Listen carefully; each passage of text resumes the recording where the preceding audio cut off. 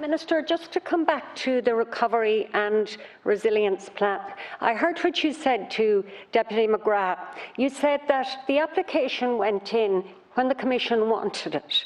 So my question is, did they want the applications from the other 12 member states first? Was there some kind of rota here?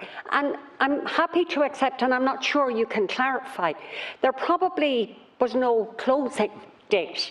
But was there a starting date? And when was that? And it's not terminal that our application wasn't in or ratified at the same time as Germany or France. But nonetheless, I heard what you said. It went in when the Commission wanted it. So if you could just clarify that for me, please. Also, I did ask the question, and I'm sure you may respond to it, have we stitched in the whole issue of balanced regional development into this plan? And I also asked about the EU Pillar of Social Rights. Again, have we stitched that in? Things like decent work, fair wages, access to services, is that stitched in to the Recovery and Resilience Plan? My second question is around Belarus, and I mentioned, and I just want to say it again, I was lucky enough to have adopted Maxim Zinovich, who is a political prisoner.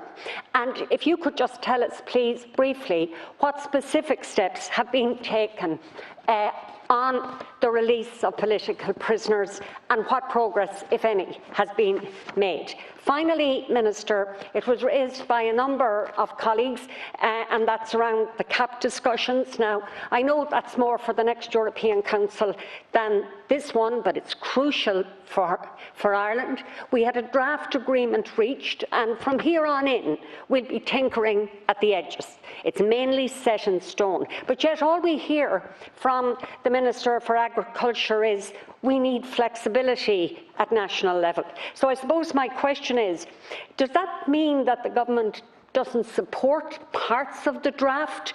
What flexibility are you looking for? Is it around things like convergence or front loading, or the percentages for the eco schemes out of Pillar 1 payments?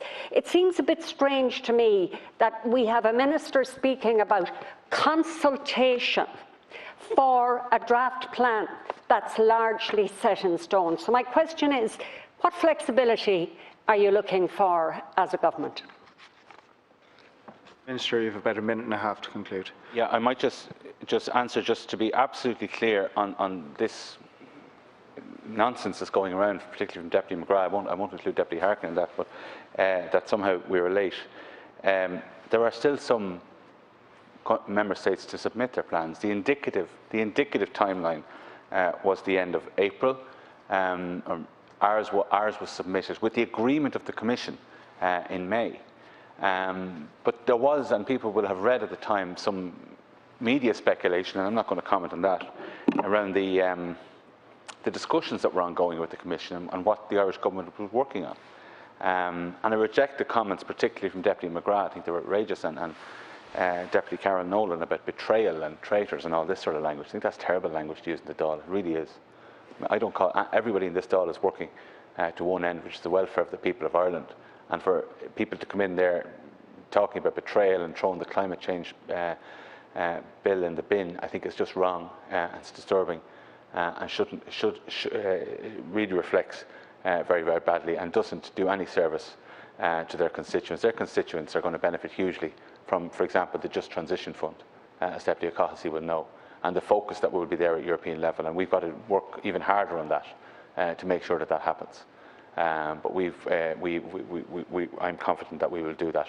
On the specific points that Deputy Harkin raised there laterally, I'll get back to her directly, if that's okay, because Minister McGrath has responsibility for the Recovery Fund, Minister McConlogue also on the agricultural side as well. So there's other departments apart from our own involved in that.